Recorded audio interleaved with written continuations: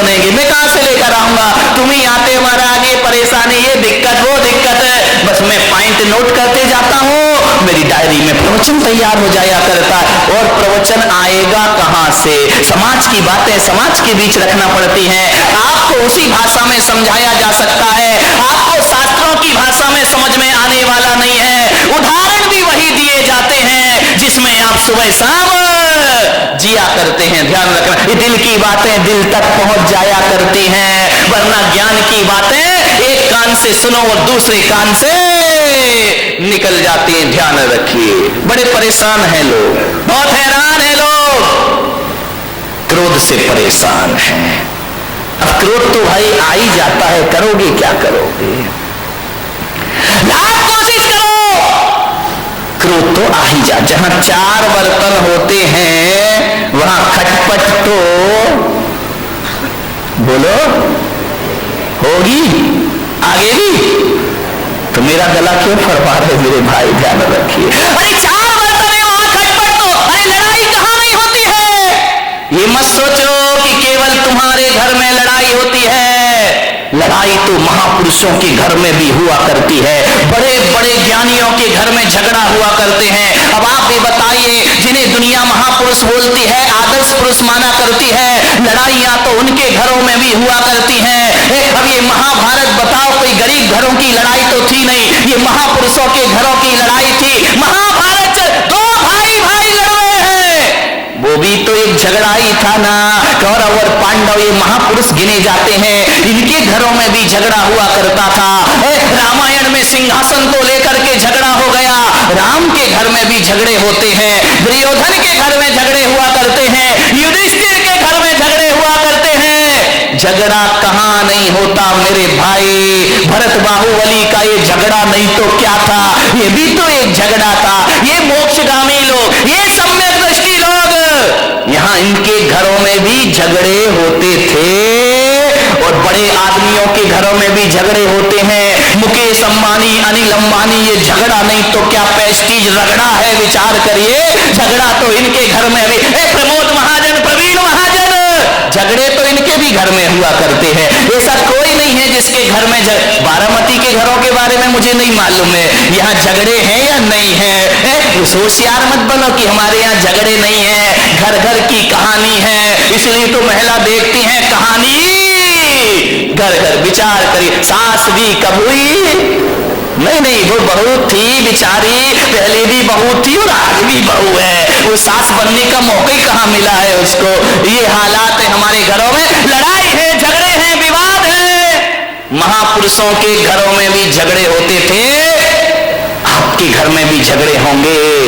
लेकिन एक बात मेरी आपसे निवेदन है बड़ी विनम्रता के साथ, कि झगड़े तो सब घर में होते हैं, तू मैं हो जाती है, एक दूसरे के अहंकार को चोट पहुंच जाती है। लेकिन मैं आपसे एक निवेदन करूंगा, लड़ लेना, झगड़ लेना, जितना लड़ना हो लड़ो, जितना झगड़ना है झगड़ लो, लेकिन बारामती वालों बोल चाल बंद मत करिए। लड़ाई हो जाए, कुछ कह दिया, डांट दिया, फटकार दिया, कुछ बोल दिया, बोलचाल बंद यदि आप कर देंगे तो सुलह के सारे रास्ते बंद हो जाएंगे हमेशा को। लड़ लीजिए, झगड़ लीजिए, लेकिन शाम होने से पहले बोलचाल जरूर कर लीजिए। तुम्हारा क्रोध तुम्हारे लिए दुखदाई नहीं बन सकता है, तुम्हारा झगड़ा तुम्हारे लिए दुखदाई नहीं बन सकता है। अरे बचपन में भी तो लड़ते थे, दो भाई आपस में झगड़ा करते थे, एक दूसरे को मारते थे जब छोटे छोटे थे। उसकी खिलौना वो ले लेता था, उसका खिलौना वो ले लेता था, उसका खाना पे झगड़ा हो जाया करता था, जूते चप्पल पे झगड़ा हो जाया करता था, दोनों आपस में लड़ते थे। आज भी देखना छोटे छोटे बच्चे लड़ लेते हैं, झगड़ लेते हैं, तरह तरह कालर पकड़ लेते हैं, मारपीट हो जाती है।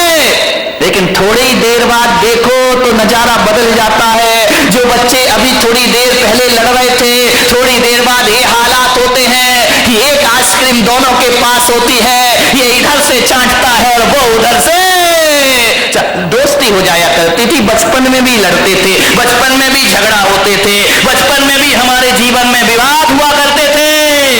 लेकिन एक बात याद रखिए, लड़ने झगड़ने के बाद दुश्मनी हमारे बीच में नहीं हुआ करती थी। ध्यान रखिए, लड़ाई झगड़ा खतरनाक नहीं होता, बैर भाव जीवन में बहुत बड़ा खतरा पैदा कर दिया करता है। बैर भाव से बचने का प्रयास करिए। बच्चों की तरह लड़ लो, बच्चों की तरह झगड़ लो,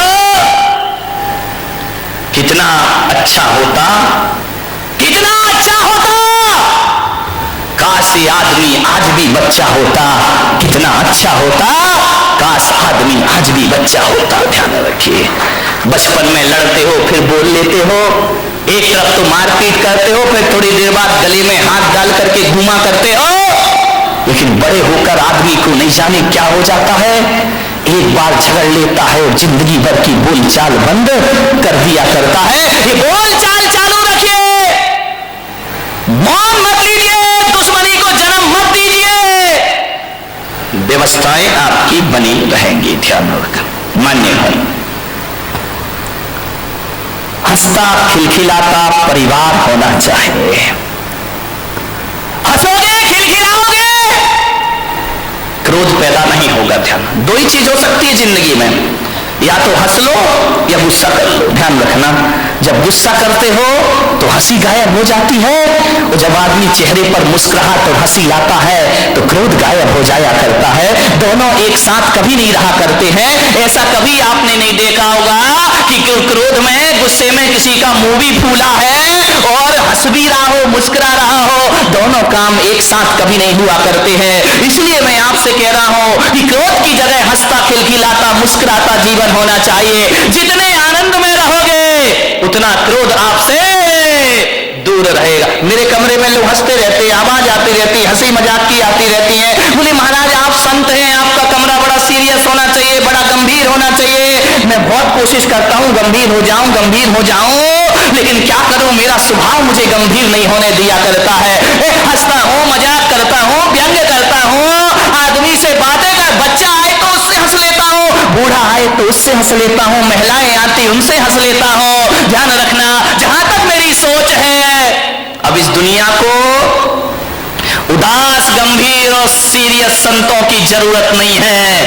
अब इस दुनिया को हंसता खिलखिलाता मुस्कुराते संत की जरूरत हुआ करती है। यदि संत हंसेगा मुस्कुराएगा तो समाज में वह प्रेम का प्रसाद बांट पाएगा। हंसता खिलखिलाता मुस्कुराता जीवन होना चाहिए। हंसी गायब हो गई है। अब घर में दो लोग रहते, हंसे तो कैसे हंसे? मुझे तो बड़ी सोच सोच के हैरान होता हूं। अब हंसने के लिए आदमी को लाफ्टर चैलेंज जैसे सीरियल देखना पड़ते हैं, कपिल शर्मा से मिलना पड़ता है, तब आदमी के चेहरे पर हंसी आती नहीं। मेरे भाई, क्रोध तनाव में जिंदगी जी रही है हमारी। झगड़े होते हैं, आदमी भी लड़ता है, महिलाएं भी लड़ती हैं। फर्क इतना होता है, आदमी इस कान से सुनता है और इस कान से निकाल देता है। महिलाएं ऐसा नहीं करती, महिलाएं तो बहुत होशियार हैं, इस कान से सुनती हैं। आदमी इधर से सुनेगा, इधर निकाल देगा, लेकिन महिलाएं जो हुआ करती इधर से सुन के इधर नहीं निकालती हैं, वो दोनों कान से सुनती हैं और मुंह से निकाल दिया करती हैं। ये दोनों कानों से इधर से भी सुनेंगी, इधर से भी सुनेंगी, और मुंह से कौन बोला जब भी बोलेंगी बारूद नहीं। यहाँ की महिलाओं की बात नहीं कर रहा, यहाँ अपने को भाई अभी चतुर्मास पूरा करना है।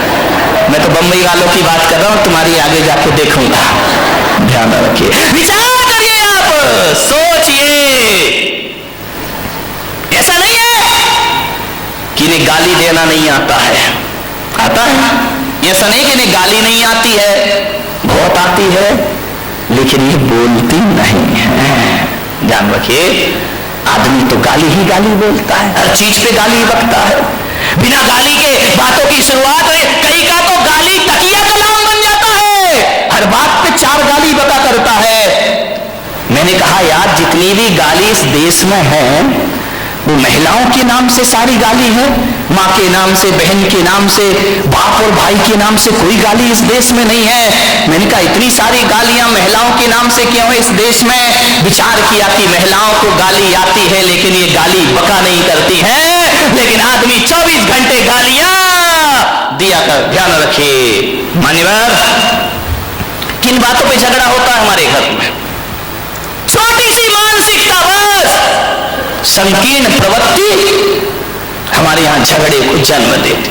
हकीकत बताऊं, जीवन में 90% झगड़े फिजूल के हैं। देखना, कोई सिर पैर नहीं उन बातों का, कोई दम नहीं, कोई सेंस नहीं उन बातों में। जिन बातों में आदमी झगड़ पड़ता है, लड़ लेता है, मारपीट शुरू हो जाती है, दुश्मनी का चंद फिक्रों के लिए आदमी लड़ता है। मान्यवर, आप यदि क्रोध करने के बाद यदि शांत हो जाएं और एकांत में बैठकर सोचें, यार मैंने जो झगड़ा किया है ये लड़ने जैसी बात थी या नहीं थी, तो 90% बातें ऐसी हैं जिनका कोई वजूद नहीं हुआ करता है, उसमें आदमी झगड़ा कर लिया करता है। थोड़ी सी गलतफहमी आ गई, आदमी झगड़ा कर लेता है। थोड़ी सी शंका आ गई, आदमी झगड़ा कर लिया करता है। फिजूल की बातों में झगड़ा है। मेरा एक जगह चातुर्मास हो रहा था और चातुर्मास में संत निवास के बाजू में एक बहुत बड़ा मकान था। सुबह सुबह हम लोग पाठ कर रहे हैं, भगवान का भजन कर रहे हैं, झगड़े की आवाज आने लगी। अरे मैंने कहा भाई ये झगड़ा कौन कर रहा सुबह सुबह? मेरे साथ लड़के थे, मैंने कहा जरा देखो किसी ने टीवी चालू कर दिया है क्या? बोले महाराज जहां